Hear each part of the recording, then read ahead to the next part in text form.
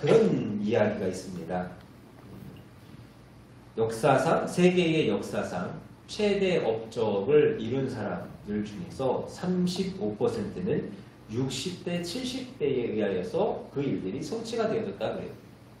그리고 23%는 70대, 또 80, 그 나이대의 사람에 의하여서 완성이 되어졌고요. 또 6%는 80대 인물에 의하여서 성취가 되어졌다고 합니다. 결국 세계적으로 이거는 참 큰일이다. 어떤 큰 역사를 이루었다는 업적들이요. 64%가 60세 이상의 인물들에 의하여서 성취되었다라는 그런 통계가 있다는 거죠. 요즘 평균 연령이 많이 올라갔어요.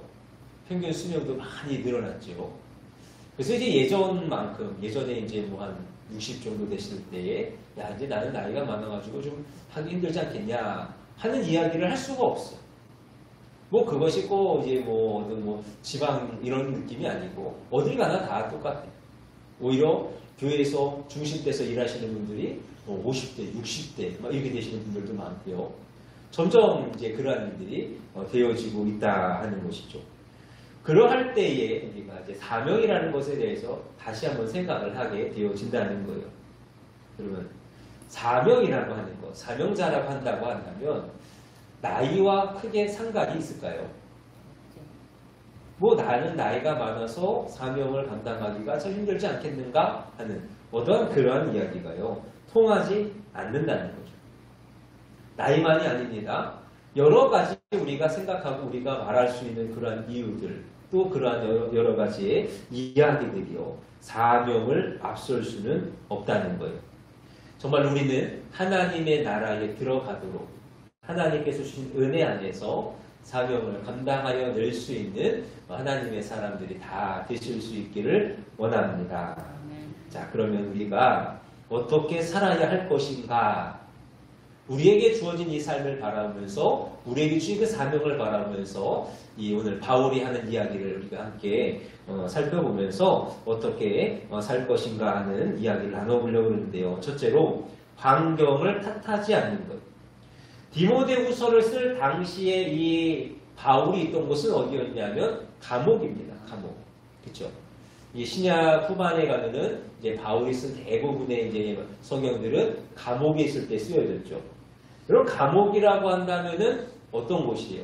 무엇인가를 내가 자유롭게 할 수 있는 곳입니까? 아니잖아요. 예전에 몇 달 된지 모르겠어요. 기사가 났었는데 어떤 기사였냐면 어느 교도소에 노래방을 설치를 하겠다는 거예요. 왜 노래방을 설치하냐? 죄수들에게도 인권이 있다는 거죠. 그래서 난리가 났어요. 교도소라고 하는 것은 어쨌든 벌을 받는 곳인데 죄의 대가를 치르는 곳인데 그곳에서마저 그런 인권 같은 걸 이야기하면서 노래방을 설치해 주는 것이 옳으냐? 막 난리가 났어요. 결국에는 취소가 됐더라고요. 이 감옥이라고 하는 것은 사실 그렇다는 곳이죠. 즐거운 일이 있겠습니까? 좋은 일이 있겠습니까? 특히나 이 바울 시대의 감옥은 더하다는 거예요. 이제 고고학자들이 여러 가지 유물들을 이제 막 이렇게 발굴하잖아요. 근데 감옥 같은 거를 이제 발굴을 한 거예요. 그래서 이 아마 바울 시대의 감옥이 이랬을 것이다라고 이야기하는데요. 그 입구가 가로 50cm, 세로 40cm 정도 되는 곳이라고 해요. 그러니까 이제 2뼘 정도 되는 크기죠. 그곳으로 사람이 드나드는 거예요. 그리고 사람이 서기가 힘들고 한 명이 누우면은 그 자리가 막 차게 되어지는 어떤 그러한 곳이다라는 거죠. 환경적으로 이 바울이 처해 있는 것이요. 너무나도 열악하다는 거예요. 너무나도 힘든 그런 환경 가운데에 있더라는 것이죠. 그러나 이 바울은 어떻습니까? 환경이 그러할지라도 그의 사명이 꺾이지 않더라는 거예요. 오히려 사도 바울은 이곳에서도요. 찾아오는 이들을 향하여서 예수 그리스도의 복음을 전하더라 하는 것이죠. 여러분, 이처럼 우리가 환경을 바라보면서 어떠한 그런 것이 이유가 되어져서 나의 사명을 내려놓아야겠구나 하는 어떤 그러한 마음을 우리가 갖지 말아야 한다는 거예요. 여건이 안 되고 상황이 안 되고 내게 주어지는 어떤 사람들이 없다. 어떤 이런저런 이유들을 가지고 나는 더 이상 이 일을 감당할 수 없어. 나는 이 일이 너무나도 붙이고 내 안에 너무나도 힘들기 때문에 더 이상 할 수 없어. 라는 어떤 그러한 이야기를 하지 말아야 한다. 거예요. 왜 그런가 하면 환경이 악하고 여건이 안 돼도요, 할 수 있는 일이 있기 때문에 그래요. 여러분, 과연 우리가 무엇을 할 수 있을까? 생각을 할 수 있죠. 그렇죠? 또 말을 할 수 있고요. 또 무엇보다 우리가 기도할 수 있다는 것이죠. 그리고 우리는요, 준비할 수 있다 하는 거예요. 당장에는 내가 무엇을 할 수 없을지라도요, 그 일을 바라보면서 내가 내 앞에 있을 일을 바라보면서 내가 가는 그 길을 바라보면서 하나하나 준비해 나아갈 수 있는 어떠한 그러한 마음이 되어줄 수 있어야 한다는 거예요. 여러분, 모세라는 사람 우리가 자주 이야기하지 않습니까? 그가 하나님 앞에 쓰임되어지기를 위하여서 몇 년의 시간을 준비했다고 해요? 80년이잖아요. 80년. 전반기 40년은 그가 공중에서 어떤 지식적인 거, 여러 가지 어떤 그런 것을 배웠고요. 또 후반기 40년에서는요, 겸손하여지고, 낮아지고, 내 것을 비우고 하는 그러한 시간을 보내게 되어졌어요.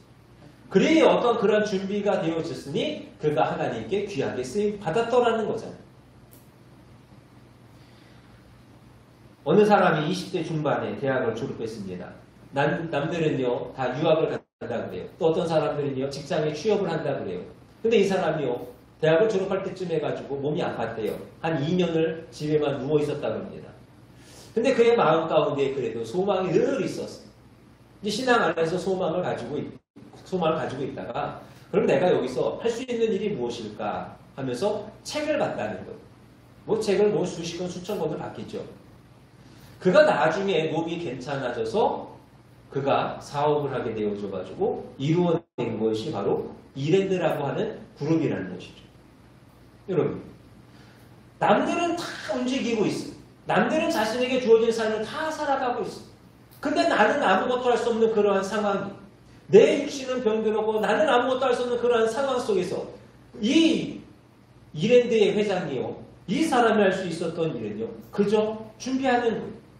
책을 바라보면서 그것을 내 것으로 삼으면서 준비한 어떤 그런 시간들 속에서 다른 사람들을 앞서갈 수 있는 경영의 선구자가 되어줄 수 있었다는 거예요.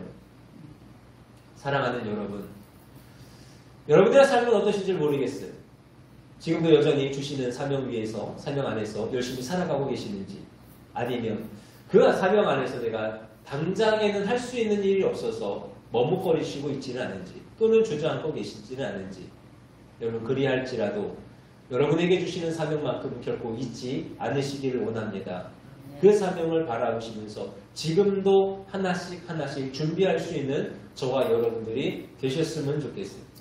여러분, 우리가 흔히 인생의 아픈 어떠한 고난의 시간을 겨울이라고 표현하잖아요. 여러분, 겨울에 가만히 논다고 해서 봄이 되고 여름이 되어서 농사를 질 수 있고 수확을 거둘 수 있는 건 아니거든요. 겨울이랄지라도 준비할 수 있는 그러한 모습이 되어져야 한다는 것. 날마다 준비하는 저와 여러분들 되셔서 하나님이 쓰시고자 하시는 그때에 가장 아름답게 사용되어지는 그러한 사명자들이 되실 수 있기를 원합니다. 두 번째로, 연약함과 부족함을 탓하지 않는 것. 여러분, 13절 말씀입니다. 우리 13절 말씀 함께 보시면, 네, 함께 있습니다. 시작. 내가 올 때에 내가 들어와 바보의 집에 둔 겉옷을 가지고 오고, 또 책은 특별히 가죽 종이에 쓴 것을 가져오라 라는 이야기래요. 여기서 외투를 가져오라 하는 이야기는 겨울이기도 하지만 이 바울의 몸이 그만큼 이제 약해졌다라는 것을 이야기하고요. 가죽 종이에 쓰여진 성경을 가져오라 하는 이야기는 그만큼 이제 잘 보이지가 않는다는 이야기예요. 그러니까 이 바울이요, 어떤 자신이 처한 어떤 모습이 참 연약하고 부족한 그런 상황 가운데 있다 하는 것이죠. 또 이것만이 아닙니다. 우리가 잘 아시는 대로 바울에게는 가시가 있었다 그러잖아요. 아마도 이제 시력이 안 좋았을 것이다. 눈에 질병이 있었을 것이다. 우리가 이렇게 이제 이야기를 하는데요. 그것이 얼마나 고통스러워, 얼마나 힘들었는지 하나님을 향해서 3번이나 기도하더라. 우리가 그렇게 알고 있지 않습니까? 그럼에도 하나님께서는 들어주지 않으셨어요. 그의 연약함을 그대로 놔두셨어요. 여러분, 그렇다고 해서 이 바울이 못 쳤습니까? 그렇다고 해서 이 바울이요, 그의 사명을 그만둔 것이 아니라는 거잖아요. 그는 연약해도, 그는 부족해도요, 그의 주신 사명 이루어 나아가기를 힘쓰는 거예요. 장로교 창시자인 존 칼빈이라는 사람, 이제 많이들 들어는 보셨죠. 이제 칼빈이라는 사람이 우리 이제 장로교의 창시가 되어지기 때문에 많이들 이야기를 하세요. 근데 뭐 그의 신앙이 어떻든 간에 이 칼빈이라고 하는 사람이 그의 어떤 환경적인 것을 보면은 참 어려웠다고 하는 거예요. 그가요 망명자의 삶을 살아가거든요. 고향 죽을 때까지 고향에 못 갑니다. 고향에 가는 그 즉시 이는 그 사람은 사형이에요. 그러니까 평생을 나그네로 살았습니다. 그의 아내는 그의 나이 40세에 죽었어요. 그의 자녀들도요 어린 나이에 다 세상을 떠났습니다. 그렇다고 이 칼빈이라는 사람이 건강했냐? 뭐 초상화를 좀 보신 적이 있는지 모르겠는데 삐쩍 말랐어요. 맨날 아팠다 그래요. 많은 아픔을 가지고 있었다 그래요. 어떤 그러한 모습들, 여러분 우리가 사명자라고 이야기한다고 한다면, 하나님의 일을 하는 사람이라고 한다면 어떻게 생각하세요? 연약함이나 부족함 뭐 이런 것과는 좀 거리가 멀어야 될 것 같지 않습니까? 하나님이 쓰시겠다고 불러주셨어요? 하나님이 세워주셨어요? 하나님이 주신 그 사명이 있어요. 그러면 그 일들을 감당할 수 있도록 하나님이 은혜를 도와주시고 하나님께서 길을 열어주시고 또 많은 것들을 풍성하게 하여 주셔서 능히 감당하게 하실 것이다라는 어떤 그러한 생각이 앞서. 그런데 막상 이 칼빈이라고 하는 사람의 모습을 바라보니 전혀 그것과는 거리가 멀더라는 거예요. 그럼 바울도 마찬가지잖아요. 이 바울이라고 하는 사람이 선교의 가장 선두에 선 사람입니다. 아주 이 기독교에 있어서 복음에 있어서 아주 큰 일을 감당한 사람이 이 바울이에요. 근데 이 바울도 어떻습니까? 너무 연약한 것밖에 없고 부족한 것밖에 없는 어떤 그러한 모습을 우리가 보게 되어 지더라는 거예요. 여러분 사명자라고 할지라도 특별한 존재가 되는 것이 아니라는 거예요. 소위 슈퍼맨이 되는 것이 아니라는 거죠. 며칠 전에 이제 다른 어떤 목사님이 하시는 이야기를 좀 듣게 되어졌는데 그 목사님이 하시는 이야기 속에 이런 이야기가 있어요. 자기가 아는 어떤 친한 목사님이 있다는 거죠. 이제 선배 되시는 목사님인데 그 사모님이 그 목사님에 대해서 이런 이야기를 하더래요. 당신은 하나님의 오발탄이야. 그래서 저는 이야기를 들으면서 뭔가 좀 장난스러운 얘기를 하시려나 보다 이제 좀 그 생각을 했어요. 근데 사모님이 굉장히 신랄하게 비판하시는 거죠. 당신이 목회를 잘하는 것도 아니고 신방을 잘하는 것도 아니고 사람들에게 덕을 끼치는 것도 아니고 모든 면을 바라볼 때 당신은 목사로서 아무런 자격이 없다는 거예요. 그러니 하나님이 당신을 목사로 세우신 것은 오발탄이다. 실수하신 거다. 이런 이야기를 하시더라는 거예요. 여러분 어떠세요? 사명자라고 생각을 한다면 하나님의 일을 감당하는 사람이라고 한다면 너무 훌륭해야 될 것 같고 정말로 많은 것들을 가지고 정말로 풍성한 어떤 일을 감당해야 될 것 같은데 막상 현실을 바라보니 그렇지 않더라는 거예요. 그러나 그럼에도 분명한 것은 뭐냐? 하나님은 그런 연약한 자, 부족한 자를 통하여서 하나님의 역사를 이루어 가시는 줄로 믿습니다. 여러분 연약해도 괜찮아요. 부족해도 괜찮아요. 하나님은 하나님의 역사를 이루어 가시는 분. 뭐 하나님이 내 연약함을 가지고 일하시겠습니까? 하나님이 우리의 부족함을 가지고 일하시겠어요? 여러분 하나님의 일은 하나님이 하시는 거예요. 우리는 그저 그 안에서 하나님께서 사명자라 이름 붙여주셔서 쓰여지는 도구일 뿐이잖아요. 그러니 내가 연약하다라고 해서 내가 부족하다라고 해서 하나님 저 더 이상 아무것도 할 수가 없겠네요. 하나님 내가 육신이 너무 부족하고 내가 가진 것이 너무나도 없기 때문에 하나님 나 더 이상은 아무런 일도 할 수 없겠습니다. 우리가 그러한 마음 가지고 나아갈 것이 아니라는 거예요. 오직 하나님은 하나님의 일을 이루어 가시리라 하는 이 고백을 가지고 하나님의 일을 감당할 수 있는 저와 여러분들이 꼭 되시기를 원합니다. 자, 지난날의 이야기만 하지 않으셨으면 좋겠습니다. 야, 내가 왕년에는 이래가지고 내가 이렇게 열심히 일했는데 그럼 그때 열심히 일하셨으면 지금도 열심히 일하셨으면 좋겠습니다. 뭐 그때는 내일 가지고 있습니까? 내가 가진 거 갖고 있습니까? 마찬가지잖아요. 그때도 하나님이 은혜 주셔서 일한 것이고 지금도 하나님이 은혜 주시니까 일할 것이고 언제나 연약한 가운데 부족한 가운데서도 하나님의 뜻을 이뤄갈 수 있는 우리가 될 수 있기를 원합니다. 마지막으로 나이를 탓하지 않는 것. 자, 바울은 이제 황혼기입니다. 나이가 많아요 이제. 그러한 가운데에서 이 바울이요 자신이 나이 많음으로 인하여서 내가 더 이상 주님의 사역을 감당하지 못하겠노라 하는 것이 아니라는 거예요. 자, 교회법이 있어요. 교회법이 있습니다. 교회법에요. 나이가 어느 정도 되면요. 이제 은퇴를 해야 돼요. 근데 여러분, 이거는 꼭 기억하셨으면 좋겠어요.